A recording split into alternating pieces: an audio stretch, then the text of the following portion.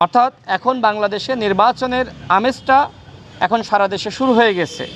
আমরাও যারা জাতীয় পর্যায়ে রাজনীতি করি, আমরা গ্রামগঞ্জে যাচ্ছি, মানুষের সাথে কথা বলছি, মানুষের কথাগুলো শুনছি, মানুষের মধ্যে নির্বাচনী হওয়া বইছে।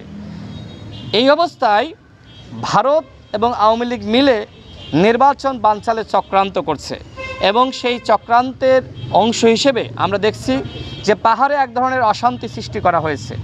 সেখানে একজন কিশোরীকে গণধর্ষণের ঘটনাকে কেন্দ্র করে পাহাড়িদের মধ্যে সংঘর্ষ এবং অন্যান্য বিভিন্ন গোষ্ঠীর মধ্যে সংঘর্ষ, এটা তো কাঙ্ক্ষিত না, এটা অনাকাঙ্ক্ষিত।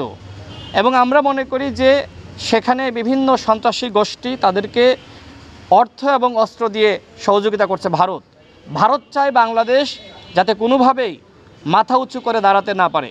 ভারত চায় বাংলাদেশ তাদের করদ রাজ্য হিসেবে আমরা মেনে নিই, মানে ভারত যে আমাদেরকে তাদের করদ রাজ্য বানাতে চায় আমরা মেনে নিই।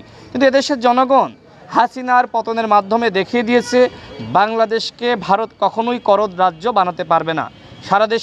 সারা দেশে নির্বাচনী আমেজ শুরু হয়েছে এবং আমি দৃঢ় আশা রাখতে চাই যে যথাসময়ে নির্বাচন হবে।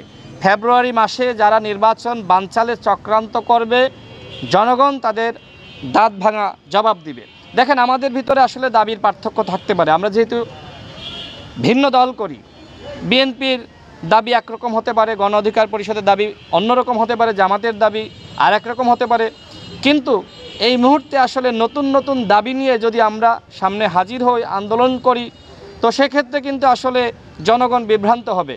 সেই জায়গা থেকে আমরা গণ অভ্যুত্থানের সকল শক্তি, বিএনপি, জামাত, গণ অধিকার পরিষদ, এনসিপি সহ যতগুলো শক্তি রয়েছে, যতগুলো দল রয়েছে, সবার প্রতি আমরা অনুরোধ রাখতে চাই, ভারত কিন্তু চক্রান্ত করছে, হাসিনা কিন্তু দিল্লি বসে নির্বাচন বানচালের ষড়যন্ত্র করছে।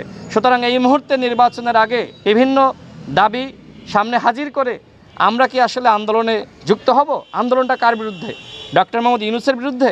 দেখেন, ডক্টর মোহাম্মদ ইউনূসের বিভিন্ন বক্তব্য নিয়ে, বিভিন্ন কথা নিয়ে, সরকারের বিভিন্ন কর্মযজ্ঞ নিয়ে আমরা সমালোচনা করি যাতে করে সরকার তার ভুল শুধরে নেয়। কিন্তু আমরা কখনোই বলি না আমরা এই সরকারের পতন চাই। এই সরকার যদি ব্যর্থ হয়, এখনও পর্যন্ত সরকার তো পুরোপুরি ব্যর্থ হয়নি, সরকারের অনেকগুলো ব্যর্থতা আমাদের সামনে আমরা দেখেছি যে সরকার তো পুরোপুরি ব্যর্থ হয়নি। আর যারা এই মুহূর্তে আমি মনে করি যে সরকার ব্যর্থ করার চক্রান্ত করছে, সেই শক্তি হলো আওয়ামী শক্তি, সেই শক্তি হলো ফ্যাসিবাদী শক্তি। সুতরাং ফ্যাসিবাদ বিরোধী যে ঐক্য আমাদের ভিতরে ছিল এবং আমরা যারা হাসিনার পতন ঘটিয়েছি, সবার প্রতি আমাদের দল গণ অধিকার পরিষদের পক্ষ থেকে আহ্বান থাকবে যে আপনারা সবাই একতাবদ্ধ থাকুন। সর্বশেষ বলি, দেখেন, পিয়ার নিয়ে